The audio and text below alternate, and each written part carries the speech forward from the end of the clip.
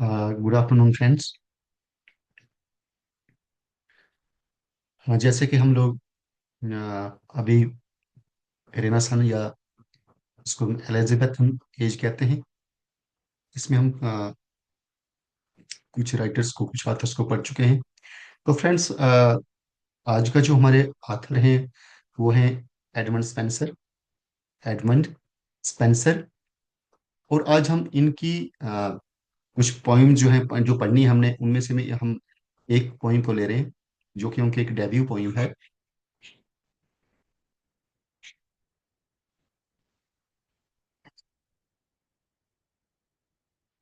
इनकी जो एक डेब्यू पोइम है जिसका नाम है the shepherd's calendar.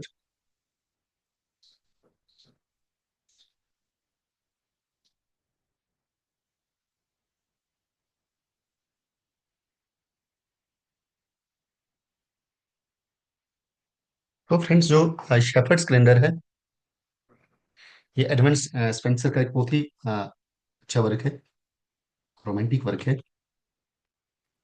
So let us talk about its brief introduction.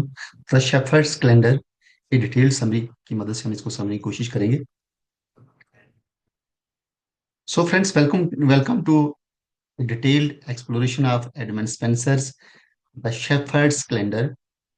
This presentation will guide you through the poem structure, themes, allegorical meanings. We will delve into each of the 12 eclogues. Eclogues means small poems.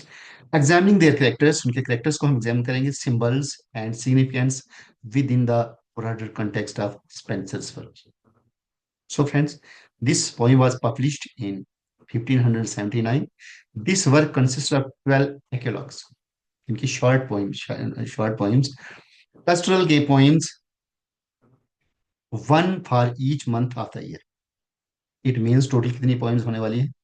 12 points होने वाली हैं, जो कि year के 12 जो months होते हैं इनके नाम से इन पॉइंट्स का नाम रखा गया है।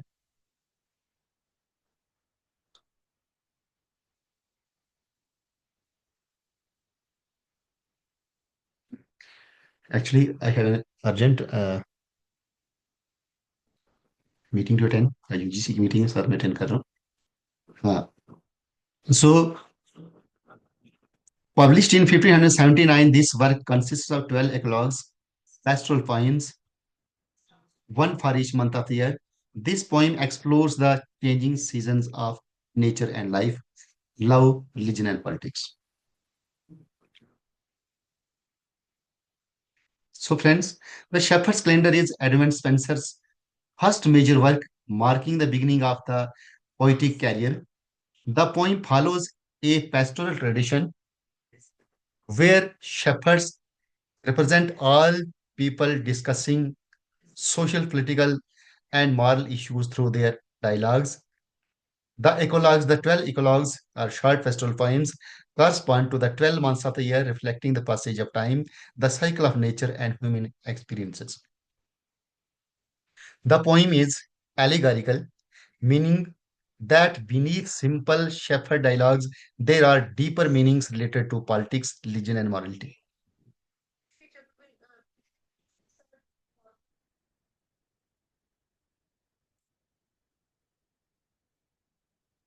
So, friends, the protagonist of the poem is Colin Clout.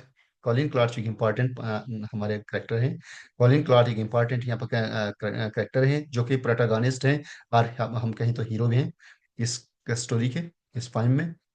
A shepherd who serves as Spenser's alter ego, जो कि स्पेंसर का ही एक समझो नमूना है, स्पेंसर की जगह पे एक काम कर रहे हैं। His journey through the season of the year represents the different stages of life. और उसका जो जर्नी है different months of the year, क्योंकि पूरे मंथ्स जो है 12 मंथ्स जो ईयर को पूरे एक कंप्लीट करते हैं, एक सर्कल कंप्लीट करते हैं। सो इंसान की जिंदगी जो एक जो सर्कल है, इसके छोटे छोटे हिस्से, हर एक कंपोनेंट उसमें बयान किया गया है। So it presents the every component of the ages and stage of life. So youth, love, disappointment, wisdom and old age. So friends, first of all, we have the first character, we have the January. तो जनवरी, what is January? The sad shepherd. Sad shepherd है। तो melancholy इसमें है, सबसे पहले melancholy. तो Colin Clout a sad shepherd laments his love for Rosalind, who has rejected him. He is heartbroken and sees no hope for happiness. एक heart broken है यहाँ पे, और अपना दर्द मेलनकली यहाँ पे शो करता है, क्योंकि उसकी बिलोड ने उसको ठुकरा दिया है और हार्ट ब्रोकन है। Second thing here is unrequited love, फिर से वही अनरिस्पॉन्सड, जिसको रेस्पॉन्स न मिला हो किसी लव में, दैट इज अनरिक्विटेड लव। तो सो स्पेंसर यहाँ जो है, जो इनका मेन यहाँ पे कॉलिंग क्लाउड जो मेन करेक्टर है, जो कि एक तरफ से स्पेंसर को ही रिप्रेजेंट करता है, तो वो यहाँ पे अनरिक्विटेड लव इनका रहा है फिर से। The first eclogue titled Aegloga Prima introduces Colin Cloud to Spencer's poetic self as a figure of sadness and despair. His requisite.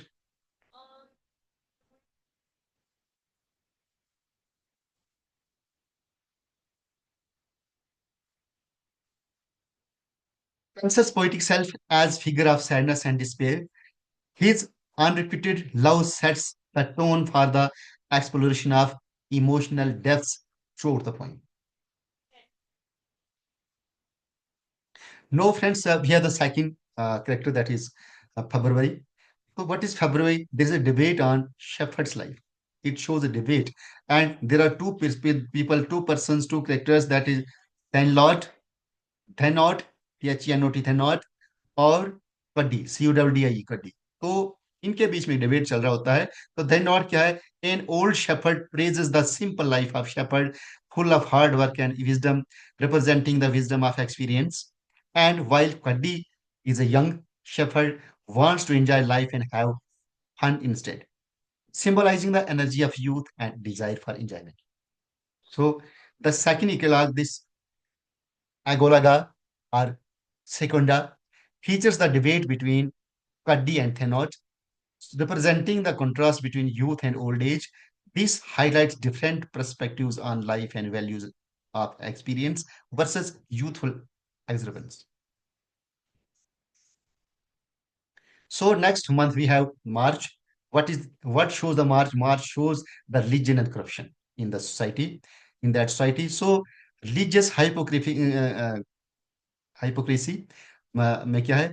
The ecolog attacks corrupt church officials. As you see, the people are gambling. यहाँ पे देख पा रहे हो right side में। तो दो इकलाग attacks corrupt officials who are supposed to be spiritual guides, जो कि spiritual guides हैं, बट काम क्या करते हैं? But are greedy and selfish, highlighting religious hypocrisy. So secondly, we have critique. The poem symbolizes a critique of Catholic Church. कि एक critique है ये poem जो है कैथोलिक चर्च की critique भी है, and the need for true religious faith, emphasizing the importance of genuine spirituality. So next we have April. तो what April shows? April praises, इसमें क्या April क्या है? Praise for Queen Elizabeth. Actually ये poem जो लिखी गई, स्पेंसर ने जो पोएम लिखी है, ये क्वीन एलिजाबेथ पे ही बेस है। तो द पोएम, सबसे पहले इसमें क्या क्या चीजें दिखाई गई हैं?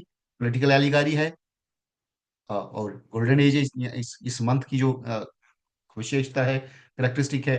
सो political allegory, the poem praises Elizabeth or Queen Elizabeth as the greatest ruler bringing prosperity and justice, show causing political allegory and nationalism. तो यहाँ पे तारीफ की गई है एलिजाबेथ की क्वीन, जो क्वीन है एलिजाबेथ, और यहाँ पे कैरेक्टर जिसका नाम क्या है? एलिजा है सिर्फ, और वो किसको रिप्रेजेंट करती है? क्वीन एलिजाबेथ को। तो गोल्डन एज में क्या? It symbolize the golden age of England under Elizabeth rule. तो सबसे अच्छा प्रेज की गई कि ये वाला रूल जो रहा है एलिजाबेथ का, ये दौरान का जो रूल रहा है इंग्लैंड में, एक गोल्डन पीरियड रहा है, celebrating her leadership and the eras prosperity and justice.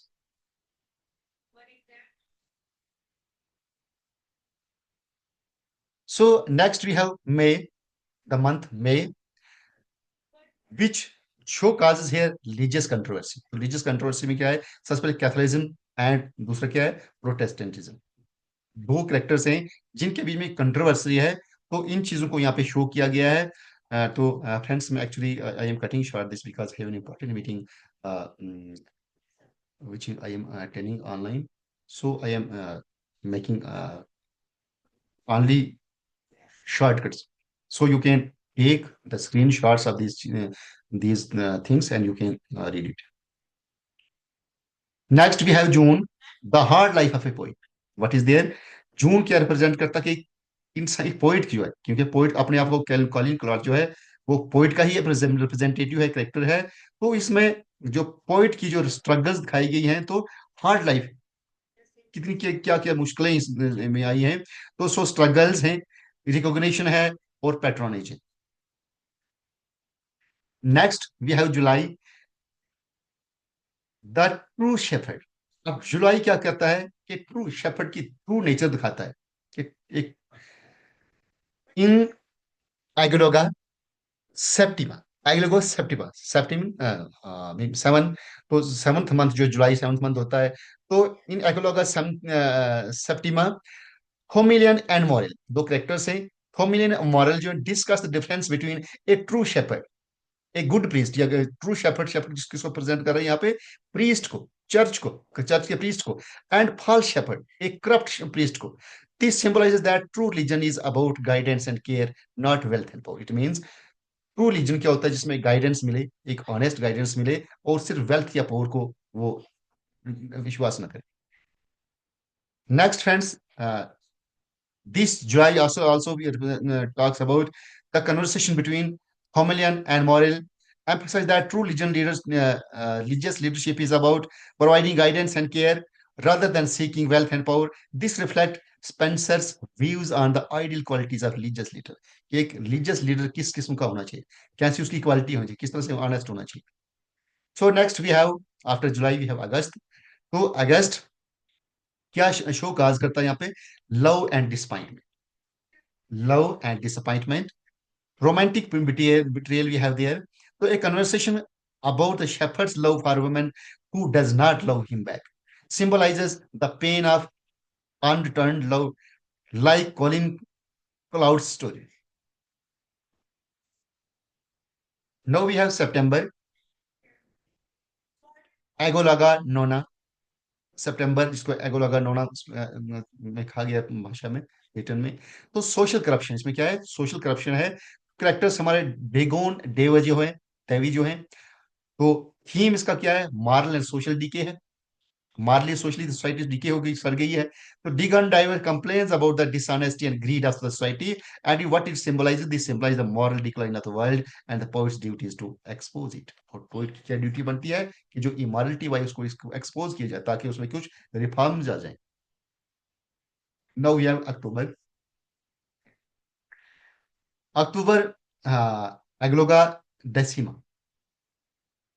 The poet's role in society. Poet का रोल क्या बनता है सोसाइटी में, तो ये करेक्टर्स, हम करेक्टर कौन से करेक्टर हम ये शो काज कर रहा है, Cuddie and Piers. Cuddie and Piers are two characters and which comes in the month of October, and through this एक पोइट का रोल दिखाया गया है। तो इसका थीम क्या था, इंपॉर्टेंस ऑफ पोइट्री, की पोइट्री की कितनी इंपॉर्टेंस है सोसाइटी में। Cuddie complains that poets are not respected, complain करते हैं कि पोइट्स जो है उनकी रेस्पेक्ट नहीं होती, but Piers reminds him that poetry has the power to inspire. Poetry ही वो चीज हो, इंस्पायर कर सकती किसी को, उत्साहित कर सकती किसी काम के लिए।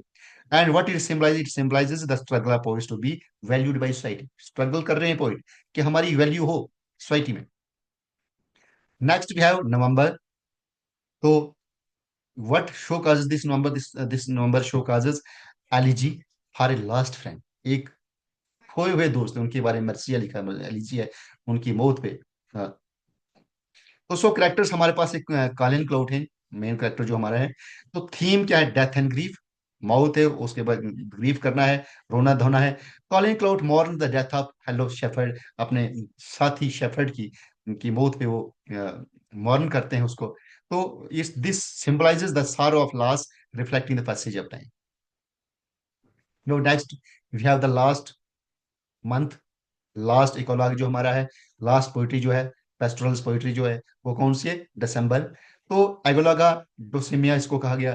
तो the end of January, end of journey, अब जर्नी के लाइफ की जर्नी एक खत्म हो रही, लास्ट वाला मंथ है। तो what is show causes the character, इसमें क्या फिर से करेक्टर हमारे पास है, कॉलिन क्लाउड है मेन करेक्टर है इसमें। तो थीम है रेजिग्नेशन एंड विजडम। उसके बाद कॉलिन क्लाउड जो एक्सेप्ट हिज फेट, अपनी किस्मत को एक्सेप्ट कर लेता है कि ठीक है मेरी किस्मत में जो था वही मुझे मिला, realizing that life moves on and youth fades, जिंदगी चली जाती है चलती जाती है, और यूथ इंसान की हमेशा जवान जवान नहीं रहता, वो भी फेर हो जाता है, मध्यम हो जाता है, बुढ़ापे की तरफ आता है। He decides to leave poetry behind and return to simple life, और वो अपनी पोइट्री को सोसाइटी में रखना चाहता है, सोसाइटी के लिए डोनेट करना चाहता है, कर देता है, और खुद वहां से सिंपली खाली हाथ चले जाता है। तो this is the story of life through 12 eclogues or 12 pastoral poems. So what this symbolizes this month of December, this symbolizes the acceptance of wisdom and maturity. इसमें क्या दिखाता है आदमी कि इंसान को अक्ल आ जाती है, यानी अक्ल आ जाती है, वो समझदार हो जाता है, और एक मैच्योरिटी आती है उसमें, इसलिए वो दुनियावी चीजों से उसको लालच नहीं रहता है। So let us talk about the themes. The themes of Shepherd's calendar are love and heartbreak. Colin Cloud's unrequited love for Rosalinda is a central theme. वो हार्ट ब्रेक हुआ उसका, रोजालिंडा को उसको लव प्यार नहीं मिला, और उससे वो अनरिक्विटेड रहा, नाकामयाब रहा। तो so it reflects Spencer's on romantic disappointments, उसकी अपनी ही डिसअपॉइंटमेंट्स रही है जो लोग में, वो यहाँ पे दर्शाता है। तो नेचर एंड चेंजिंग सीजन, अब चेंजिंग सीजन और नेचर क्या है, the 12 months represent the cycle of nature and the stage of human life. इसलिए ये 12 महीने जो 12 मंथ्स जो है, या इकोलॉग्स जो पेस्टल इकोलॉग्स जो थे, वो रिप्रेजेंट करते हैं कि इंसान की जिंदगी from very beginning, from birth up to death, from January to December. So what is the religion and corruption? The citizens Catholic corruption, इसमें क्या हो, क्रिटिसाइज करता है कैथोलिक करप्शन को, and supports the Protestant Reformation. Politics and nationalism, praises Queen Elizabeth first, showing her as a wise and just ruler, वो एक justice देने वाली, इंसाफ देने वाली रूलर थी, इसलिए यहाँ पे इसमें प्रेज किया गया क्वीन एलिजाबेथ को। The role of the poet, of role of poets को यह बताया गया, थीम है इसके। एंड ये ऑल जो जितने थीम्स हमने पढ़े, जो ये जो थीम थे, love and heart break, nature and changing seasons, two इसके बाद religion and corruption, politics and nationalism, the role of poets. तो these all things explore the struggle of poets, the lack of sport and the power of poetry in to shape the society. तो significance की बात करें अगर हम, तो significance of Shepherd's Calendar क्या है? It introduces Spenser as a major poet, it reviewed the pastoral tradition in English literature, it was an early example of political and religious allegory in poetry. It influences later poets like John Milton and William Wordsworth. So friends, जैसे कि मैं अपने जो भी मेरे video lecture रहते हैं, मैं मल्टीपल चॉइस क्वेश्चंस आपको देता ही हूँ। तो क्योंकि ये जो क्वेश्चन आपको बताते हैं कि ये पार्ट चीजें जो है इसमें जरूरी इंपॉर्टेंट है। So let us have a look on this MCQs, multiple choice question, जो कि यूजीसी नेट, जेआरएफ, सेट या किसी भी असिस्टेंट प्रोफेसर टीचिंग जॉब के लिए वेरी इंपॉर्टेंट होते हैं, रहते हैं, इस पोइम से जो आते हैं। तो सबसे पहले के who is the central character in the shepherd's Calendar? तो शेफर्ड्स कैलेंडर में हमने पढ़ा था कॉलिन क्लॉट, कॉलिन क्लॉट जो मेन कैरेक्टर है। तो so Colin Clout is the main character. मैं ज्यादा नहीं पढ़ रहा हूँ क्योंकि मैं थोड़ा सा शार्ट जा रहा हूँ सारी, इसके लिए आप खुद इसका स्क्रीनशॉट लेके अच्छे से पढ़ सकते हैं। Question number 2, the shepherd's Calendar is divided into how many eclogues? तो कितने इक्लाग्स हैं? 12, 12 मंथ्स में इसको डिवाइड किया गया है। Question number 3, which literary form does the shepherd's Calendar belongs to? तो कौन सी लिटरेरी फॉर्म है? पेस्टोरल, चलती चलती फिरती पोइट्री, चलती फिरती फिरने के बारे में poetry, pastoral. Question number 4, what does the shepherd's calendar primary represent? तो सबसे पहले क्या रिप्रेजेंट करता है, प्राइमरी बेसिक क्या चीज उसमें? The cycle of nature and human life को रिप्रेजेंट करता है। Question number 5, which months eclogue is Shepherd's Calendar praises? तो किस महीने की इकोलॉग को शेफर्ड्स कैलेंडर जो है अप्रैल वो प्रेज करता है? तो अप्रैल मंथ था, because April is the month of love कहा जाता है। अगर हम कंटेम्परेरी टेल्स की भी बात करें, वहां पे भी अप्रैल को ही ज्यादा इंपॉर्टेंस दी है। So here the poet describes April as the month where he appreciates, praises Queen Elizabeth. तो सो राइट आंसर कौन सा हमारा? April, B part. Question number 6, who is Rosalind in the shepherd's land? तो रोजालिंड जो है Colin Claude की beloved है, उससे वो प्यार करता था, और वो इससे अनरिक्वेटेड इसका लो रहा, यानी कि अनसक्सेसफुल रहा, उसको रिस्पांस नहीं मिला। तो कौन थी रोजालिंड? कौन है? कॉलिन क्लाउड की बिलाउड। कॉलिन क्लाउड हमारा मेन कैरेक्टर है, जिसको हीरो ऑफ द स्टोरी भी कह सकते हो, और रोजालिंड उसकी heroine. Question number 7, the eclogues in the shepherd's Calendar are modelled after rich classical poets work. Classical work किसके, बहुत ही रिच क्लासिकल वर्क किसके के काम से इंस्पायर होकर ये चीजें, या ये शेफर्ड्स कैलेंडर लिखा गया है, या क्या दर्शाता किस चीज को? तो ये वर्जल था, वर्जल की पोइट्रीज को देख के इंस्पायर हुआ था स्पेंसर, तो उसने ये उसकी बेस पे शेफर्ड्स कैलेंडर लिखी थी। So right answer is B part, Virgil. Question number 8 is the shepherd's Calendar was published in which year? तो 1579 पब्लिश हुआ था, और ये डेब्यू पोइट पोइम भी है स्पेंसर। क्वेश्चन नंबर 9 है, what is the main theme of June eclogue? तो June eclogue जो उसका मेन थीम क्या था? Struggles of the poet. वो अपने आप को सामने लाना चाहते थे कि हम किस तरह से हमारी प्रशंसा हो, हमारी इज्जत हो।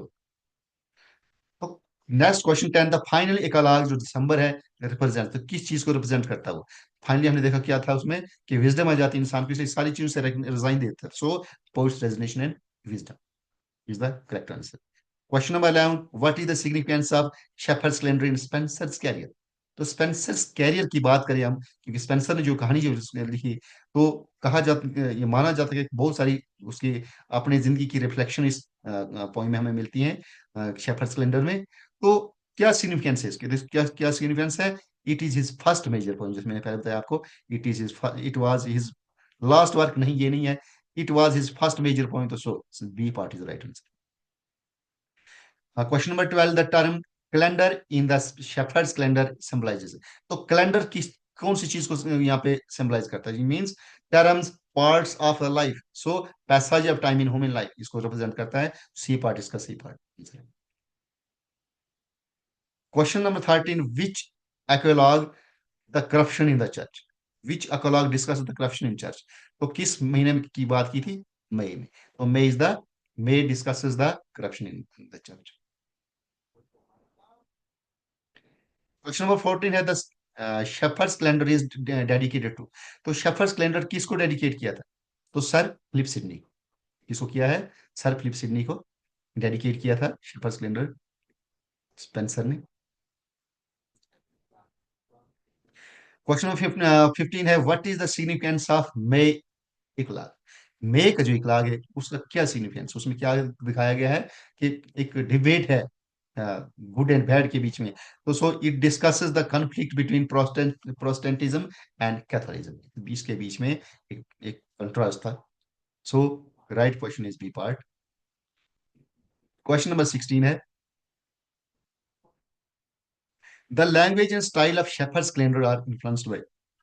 तो किसके काम से इन्फ्लुएंस होके इसमें लैंग्वेज की झलक मिलती है शेफर्ड्स कैलेंडर में? तो इट वाज जाफरी चासर, और खासकर जाफरी चासर की भी बात करें तो किस वर्क की बात थी? कैंटरबरी टेल्स की। क्वेश्चन नंबर 17 है, विच character in the poem represents an older wise shepherd? तो किस कैरेक्टर में ओल्डर और वाइज शेफर्ड की बात की थी? ये था थेनोट। थेनोट सी पार्ट, क्योंकि कड्डी यंग था और थेनोट क्या था? यंग ओल्ड मैन था, और इनके बीच में एक क्या चल रहा था वहां पे? एक डिबेट चल रहा था। थेनोट ने ओल्ड एज की प्रशंसा अप्रिशिएट कर रहा था, और कड्डी यंग एज की अप्रिशिएशन कर रहा था। So Thenot is the right answer. Question number 18, what does the November eclogue depict? तो नवंबर एक्लॉग क्या डिपिक्ट करता है? तो ये क्या डिपिक्ट करता है? Morning the death of fellow shepherd, अपने साथी की उसकी मौत पे वो पछताता है, मॉर्निंग करता है। Question number 19, which are the following festival poets influence Spenser's work? तो स्पेंसर्स के वर्क को किसने यहाँ किया? तो ये पहले भी क्वेश्चन आया हमारे पास, तो ये वर्जल है। ये कौन है? वर्जल। किसका ज्यादा इन्फ्लुएंस पड़ा स्पेंसर के काम पे? ये था वर्जल। क्वेश्चन नंबर 20 और लास्ट क्वेश्चन है इसका, what is the poetic meter used in the shepherd's Calendar? तो पोएटिक मीटर कौन सा इसमें यूज किया गया है? डिफरेंट मीटर्स हैं, डिफरेंट पॉइंट्स हैं, डिफरेंट एकोलॉग्स लिखे हैं, तो उसमें डिफरेंट मीटर्स के यूज किया गया है। सो इसमें सिर्फ ब्लैंक वर्स नहीं है, अलेक्जेंड्राइन नहीं है, हीरो कपलेट नहीं है सिर्फ, बल्कि क्या है, वेरियस मीटर्स, बहुत सारे डिफरेंट मीटर्स का यूज किया गया है। सो मल्टीपल, यहाँ पे एक डायमेंशनल ये टाइम है। So friends, thank you for listening to me this point, the shepherd's calendar. तो सो फ्रेंड्स, आज का मैं थोड़ा सा I was in Hari, so I am so sorry for that. But आप इस पोइम को अच्छी तरह से पढ़ सकते हो, क्योंकि स्क्रीनशॉट लेके या पाज करके आप पोइम को पढ़ सकते हो। और फ्रेंड्स, इसके बाद जो भी चीज़ें इसमें रही होंगी, जो भी आपने सीखा, तो प्लीज़ कमेंट बॉक्स में मुझे कमेंट करें। तो लाइक करें, शेयर करें वीडियोस को, और सब्सक्राइब करें, ज़्यादा से ज़्यादा अपने फ्रेंड्स को, साथियों को भेजने की कोशिश करें, जिससे लिटरेचर की जो है, कहते हैं एजुकेशन जो एक दान होता है, विद्या जो है दान, जितना दान किया जाए उतनी बढ़ती है, रखने से घटती है। सो आप भी मेरे तरह एक लिटरेचर लवर हैं। So friends, please keep sharing, keep growing. Thank you so much for listening to me. तो मिलते हैं नेक्स्ट वीडियो में। आई होप मैं कल कोशिश करूंगा थोड़ा जल्दी इसको करने की, बिकॉज मेरा जो टाइम रहता भी से एक साइड से मीटिंग चल रही, तो मेरे दो कान, एक कान इधर एक कान उधर है, फिर भी मैंने कोशिश किया concentrate myself to this video, to I am stick, I remain stick to this video, because क्योंकि आप मेरे लिए काफ़ी इंपॉर्टेंट हो। और ये मेरा वीडियो जो है, यही जो लोग भी देखते हैं, तो इसलिए ये भी एक इम्पॉर्टेंट चीज़ रहती है। सो फ्रेंड्स, थैंक यू, मिलते हैं नेक्स्ट वीडियो में। तब तक के लिए नमस्कार, जय हिंद, नमस्ते, इस्लाम, आदाब, सत श्री अकाल सब। Thank you so much.